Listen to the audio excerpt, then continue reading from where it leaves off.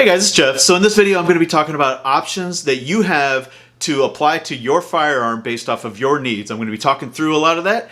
Stay tuned.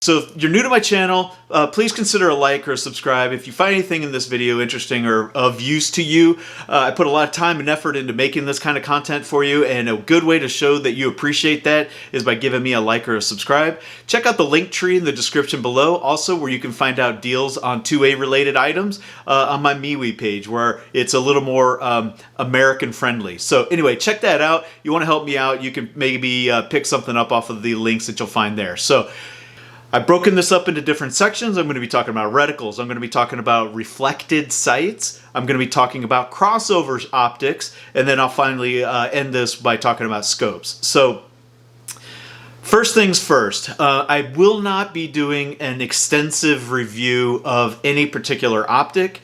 I will not be covering a lot of the in-depth nuance, like minute of angles and leading targets or anything like that. If you want to go find that information out about a specific reticle or things of that nature, I will not be discussing it in this video. So just give you a heads up, this is more for the new purchaser or somebody who's looking for a particular type of optic for their platform, whether it be a pistol caliber carbine or an MSR, long rifle, that sort of thing. I'm going to be talking about a lot of the high level stuff. So if you're already familiar with all of that, then this may not be the video for you. Thank you for stopping by. Now, moving into the video. So the first thing I want to talk about is reticles, right? So when you talk about reticles, there's a lot of different things to consider. Now, is the reticle being the image that you look at when you're looking through the scope. So a reticle can have a lot of different variables. It can be just a reflected piece of light onto a piece of glass in the instance of a red dot, or a reflex sight, where a reflex sight is a little bit different. It projects a circle or some sort of image, a circle with a dot or just a circle, maybe some sort of cross-haired pattern or something along those lines. An etched reticle is actually scratched into the glass or laser etched into the glass.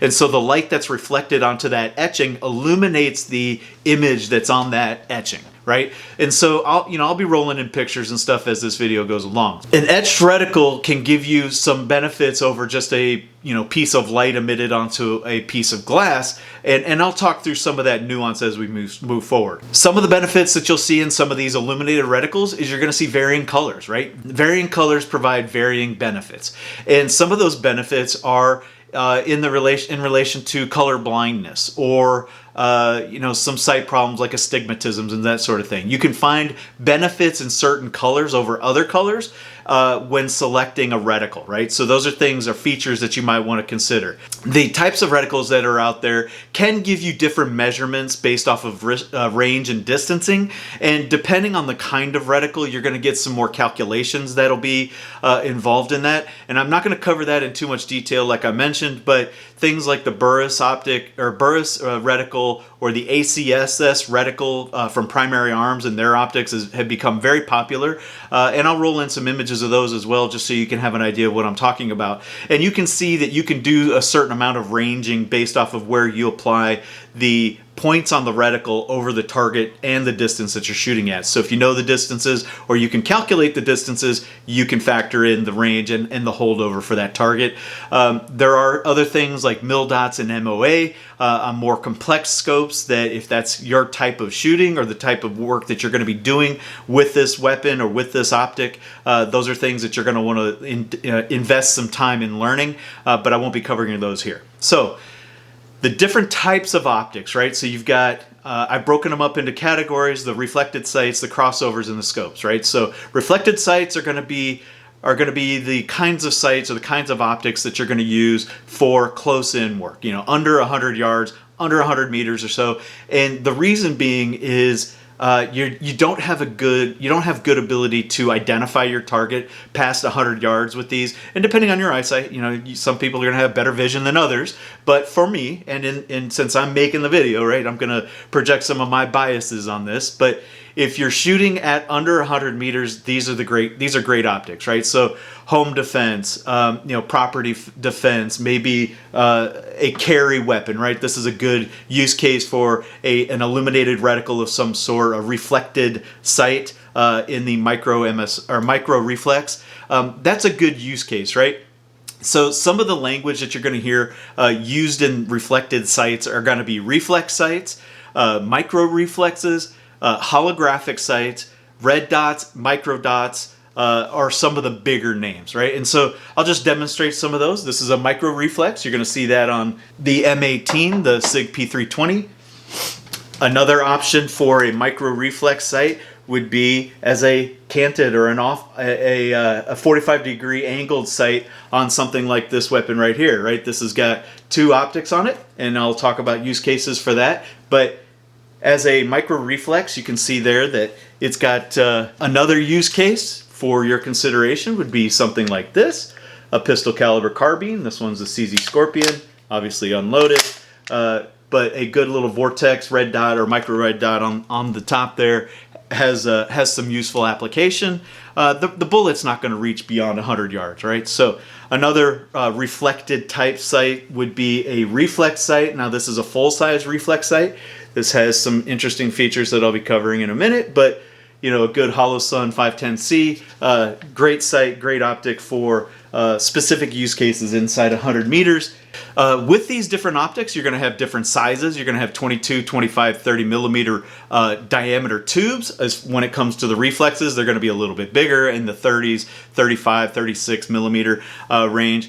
They work by using a little light emitter, so some sort of LED or something along those lines, and it reflects that light onto a piece of glass, right? And so when you look through there, you're going to see that LED is being projected onto that glass, or in the case of a holographic sight, it's being reflected a few times, but ultimately it's getting onto that glass. So when you look through the sight, you're looking for that image that's projected onto that glass, and you line that up with your target, and you make your shot based off of your calibration, your range, and that sort of thing. So that's how they work. Now, features that are associated with these different optics in the reflected sight category, you're going to have different features such as auto off, right? So in this case, for the SIG Romeo 5, when you look at a SIG Romeo 5, it has a feature called shake awake, right? So what it'll do is after a certain number of hours of non-use, it's sitting in the corner, sitting in your gun safe or whatever, after a certain number of hours of use, it'll power off. It does that to conserve the battery use on that battery. So technically, in theory, you can set it, you can turn it on, you can set it for a brightness level that you find useful for your surroundings, and in the event that you need to grab that rifle or that weapon, you can grab that weapon. The mere movement of that rifle will bring that reticle back online, or that image back online, and you can find that dot at where you left it, right? And so what they say is you can have up to 50,000 hours of battery standby time. Now, 50,000 hours, man, that's several years of standby time on an optic, and that's important, right? But something else to consider, and I'm not going to touch on this too long, but I do want to mention it since we're talking about that right now, is in the event that you use an optic like this, you might want to consider having some sort of backup iron sight option available to you. I'm not going to cover iron sights in this video at all. I do just want to mention it because I do feel that it's important for any electronic optic that you have some sort of method to use that optic in the event that the electronics fail. So quick little shout out, just want to call that out real quick. Mounting this optic, right? So things to consider when mounting an optic. Now, this is really going to come into mind or into play when you're talking about a micro reflex, right? So on a micro reflex, you're going to have some sort of cut on your pistol. You either have to select the cut if you're having it milled out, or if it comes pre-milled from the factory, you've got to match the optic up with that cut because they're different footprints that these manufacturers are using. And that's one of the cons in this, right? There's not a standard yet on the type of cuts that are available. Now, there's websites out there that will explain all the different cuts that are available to you depending on your firearm and the optic, but I would invite you to be aware of that when selecting a gun or an optic, so that the two that you purchase do marry up well. Now there are adapter plates, so if you get the wrong one, there's probably somebody out there making an adapter plate, but that's at an expense, and that may not be something you want to consider, right? Other mounting options when it comes to just regular reflex sights or regular red dot sights are going to go usually on some sort of Picatinny rail. This is, just any old gun is going to have some level nowadays of Picatinny rail section where you can mount an optic. In this particular instance, this is on the Keltec RDB. That's a 30 millimeter scope on this optic, so you can see there that it's just being mounted on a piece of Picatinny rail that's mounted on the top of the firearm, right? So something to know, when you're considering these types of guns, how are you going to mount it, right? Do you need some sort of weaver mount? Do you need a Picatinny adapter? Is it drilled and tapped and you need to add it aftermarket? A lot of guns are doing that. Ruger's are known for that. So be aware of that. You have to have some sort of interface between the optic and the rifle, usually through a mounting system like a Picatinny rail piece of rail and a mount that supports a Picatinny rail. Those are different options. You can look at that when you're making your selection. What are the pros with a reflected sight? Well, reflected sights are not caliber specific, right? So if you're shooting out 50 meters, 100 meters, whatever, and you're sighting in your optic, it doesn't matter if you're using a 308 round or you're using a 22. When you sight that in at that distance, you should be able to calibrate that distance for further distances or shorter distances based off of the bullet drop compensation. Now, there's whole videos about how to do that, how to sight in an optic. I'm not going to cover that here, but just know that the illuminated reticle doesn't care what caliber the gun it is on, right? So that's an important distinction on these types of reflected sights. Cons, ranging calculations. You're going to have to set these optics up for the specific caliber that you're using. So you're going to set it and forget it.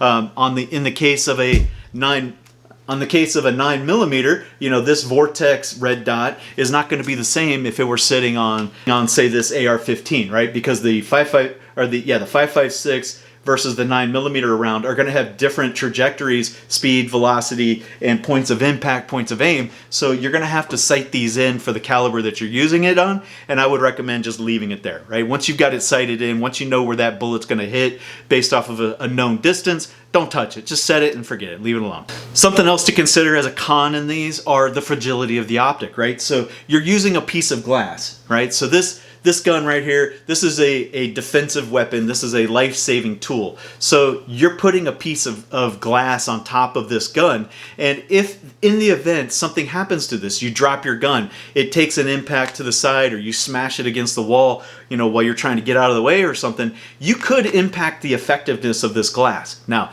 if you lose that reflective material, in some cases, you completely disable the firearm. If you crack it, it may still work.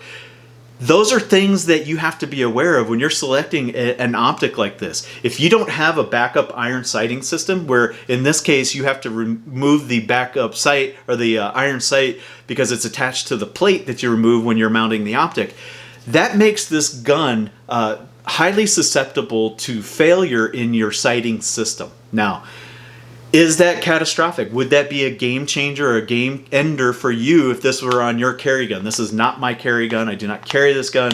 I am just testing this optic out. This is a very low budget optic, the Bushnell. It's like a RXS 100 or something along those lines. Anyway, not a video review of that optic, but my point is there's no optic cuts. Sometimes there'll be optic cuts. Sometimes you can mount a plate behind this that rises up over the sight. Sometimes the sights are low enough where you can still use your iron sights. That is not the case here. That is something to be aware of if you're choosing an optic for your defensive weapon. What is your backup in the event that that optic fails? The power goes out, the battery goes out, you break the glass, you mutilate the optic in some capacity. What are you going to do as far as targeting? Because even though your optics are out, you're still responsible for every round that leaves that firearm. So what are you going to do, right? Something to think about when you're making your purchasing decisions. The use cases, I think I've already talked about that. These optics are great under 100 meters. It's hard to identify a target beyond that without any sort of magnification. So not going to belabor that. Now, the next category is going to be crossover optics. These are optics that live in kind of multiple roles. So in the crossover category, I've put magnifiers. Now, these are swing out magnifiers that I'm talking about there. Prismatic optics, you know, optics that use a prism to project the image through the glass that you're looking through. Low power variable optics are all in this category as well. So getting right into this. A way to take your red dot or your reflected sight and enhance its capabilities is by adding another object to the top of that gun. So we'll go back to the PCC here. So in this category, you know, you've got a red dot on here and you want to take this gun out beyond 100 meters, not in the 9mm case, but let's just theorize, right? This is a 5.56 or 7.62, whatever. You've put your red dot on here and now you want to have the option to use this gun at range. How would you do that? Well, you can attach a magnifier that sits canted off to the side and has a mechanism that allows you to fold it in line with your red dot. So you would still sight your red dot, and all the magnifier does is it goes in between your eyes and that red dot, and it magnifies the image in the red dot so you can see things at further distances. That is one option. One option that comes to enhancing your rifle. If that becomes, you know, an all-purpose rifle, that may be a consideration for you. Another consideration for you could be a more dedicated optic. Thing like this Galil here using a 3x prism sight from Burris. This is the AR-332. This is something I'm testing out. This is something that I've tested out to 100 yards, and it's something that, you know, I'm considering using, but I want to have an alternative for closer work, so I'm using a canted sight. Now, and I'll cover that in a little bit more detail in a moment. Other options in this category would be something like a 1x prism sight, like in this case right here. It's very similar to the reflected sight. It's reflecting illumination onto a piece of etched glass, and it has a great eye relief, right? And that's something I didn't mention in the reflected sights.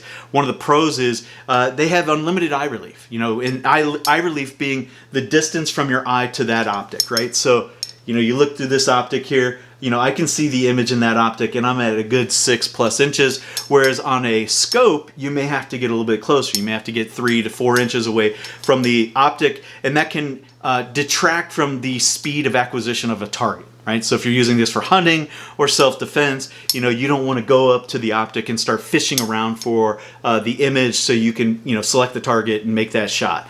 So anyway, that's something to be aware of. On a reflex sight, you're going to have, at 1 power, you're going to have a much longer eye relief, almost unlimited, but as you increase the powers of magnification, you reduce the amount of eye relief that you have between your eye and the back of the optic.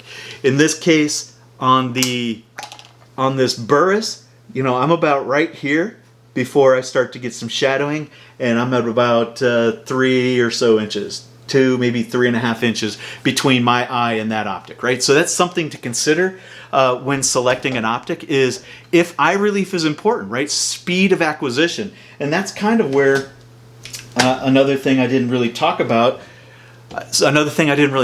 is on these reflex sights, right? And why they're gaining in such popularity is because the opening where you're acquiring your target is much larger. On your defensive pistols, it's starting to gain some appeal, but also on your defensive rifles, right? So you've got that big opening.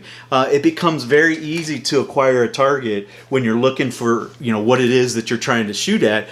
The larger the diameter of the optic that you're looking through. So on a reflex sight, it's going to be a lot larger. You're going to have a much easier time finding that reticle and making that shot if that's what you're trying to do. This is on the IWI Zion 15. Great gun. Done a good review on this one. If you want to check that out, please go check it out. So the next one is going to be the LPVO. Now, what is an LPVO? Well, LPVO is an acronym that stands for Low Power Variable Optic. So an example of a low power variable optic would be something like this Burris right here. This is the MTAC from Burris. Great little optic. Haven't done any reviews on it yet, but the Burris uses an interesting reticle that I like, and it makes it easy to acquire targets. But what are you getting from a low power variable optic? Well, you're getting the ability to manipulate the optic back here and take it from a 1 power that has a lot of the similarities on a reflected sight for eye relief and target acquisition at shorter distances to a magnified optic that you can use for larger distances at the expense of you lose some of the eye relief on that optic. Now, on the bullpup rifle like this Keltec RDB, I've selected this optic just because this is a full-length barrel, even though it's on a shorter weapon. I like having the option of having a variable power optic so I can reach out at distance or use it for close-in work. Anyway, just an option to you, low power variable optics.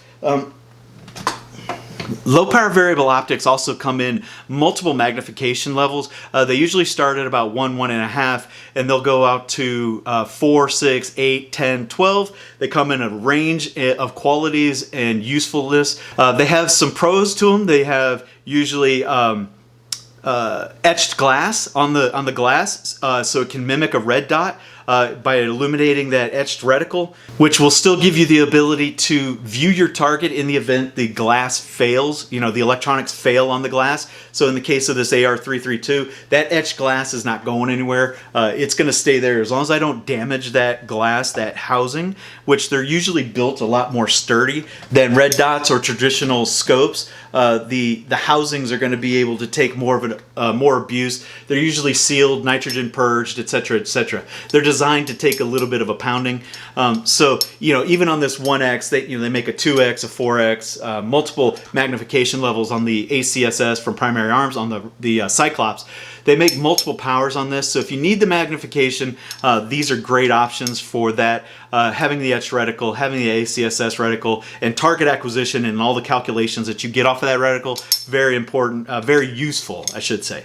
So the use cases for these types of optics are going to be more of an intermediate style. You're looking at ranges anywhere from, say, from 0, based off of something like an LPVO that has 0 magnification, or even this Primary Arms Cyclops that has no magnification. So you can go anywhere from 0 all the way out to 100 meters with no magnification, or if you add magnification on top of that, either through a magnifier or built-in magnification in the optic, like a 2X, 3X, 4X, or a low power variable optic where you can rotate the housing and get that magnification. You can use these out to 500, 600 meters. I think people do it all the time, and even beyond that, depending on the caliber and the magnification that you're using on that particular optic, right? So it's all going to depend on the setup that you're using for the gun that you're applying this to, but those are things to consider when you're looking for these various optics options. So that is the crossover sight that covered magnifiers, prisms, and LPVOs. Now the next category is just going to be dedicated scopes, right? And this is going to be your traditional scope. And whether you're putting that dedicated scope on your MSR like an AR-15 or an AK-47, it still applies, right? So you can look at, and we can talk about, for example, this 10 power SWFA scope that I have on my 308. This is dedicated for this particular gun, but you can use it on anything, right? You can use it on an AR-10. You can use it on an AR-15. It doesn't have to be a bolt action rifle to have a full power scope. You can use those on different guns.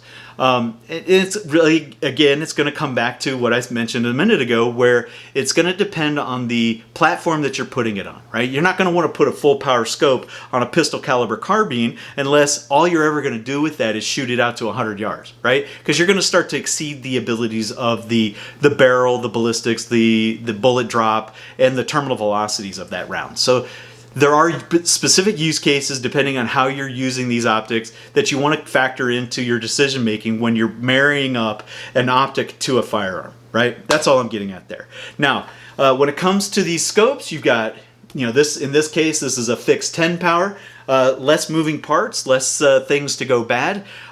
You have a variable power optics. Those can be a little bit more susceptible to breakage and failure. Just something to be aware of. Not all of them. Some are made very well and can withstand a lot of abuse. But you are adding a mechanical component to something that could fail. Just be aware of that.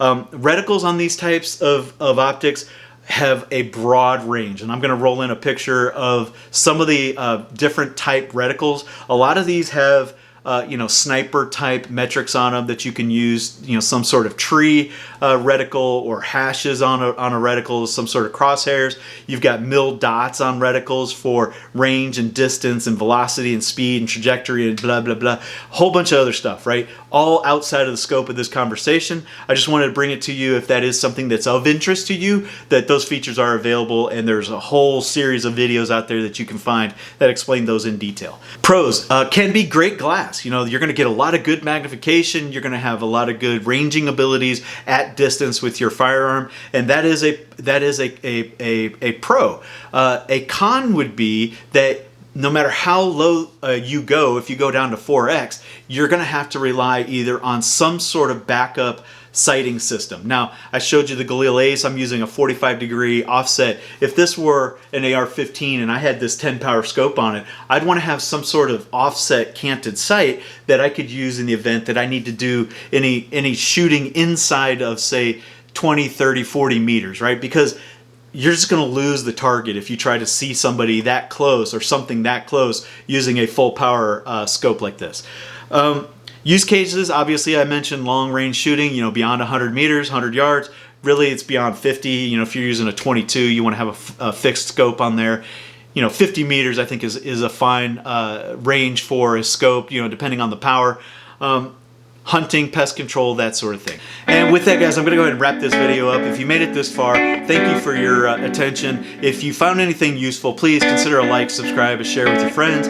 Check out that link tree for 2A related items, and I'm on all the other social media platforms. If you want to have a conversation, you want to stay engaged, stay connected, check me out in that link tree down below. Until next time, guys, stay safe, stay vigilant, stay in the fight, stay aware, and I'll see you soon. Bye-bye.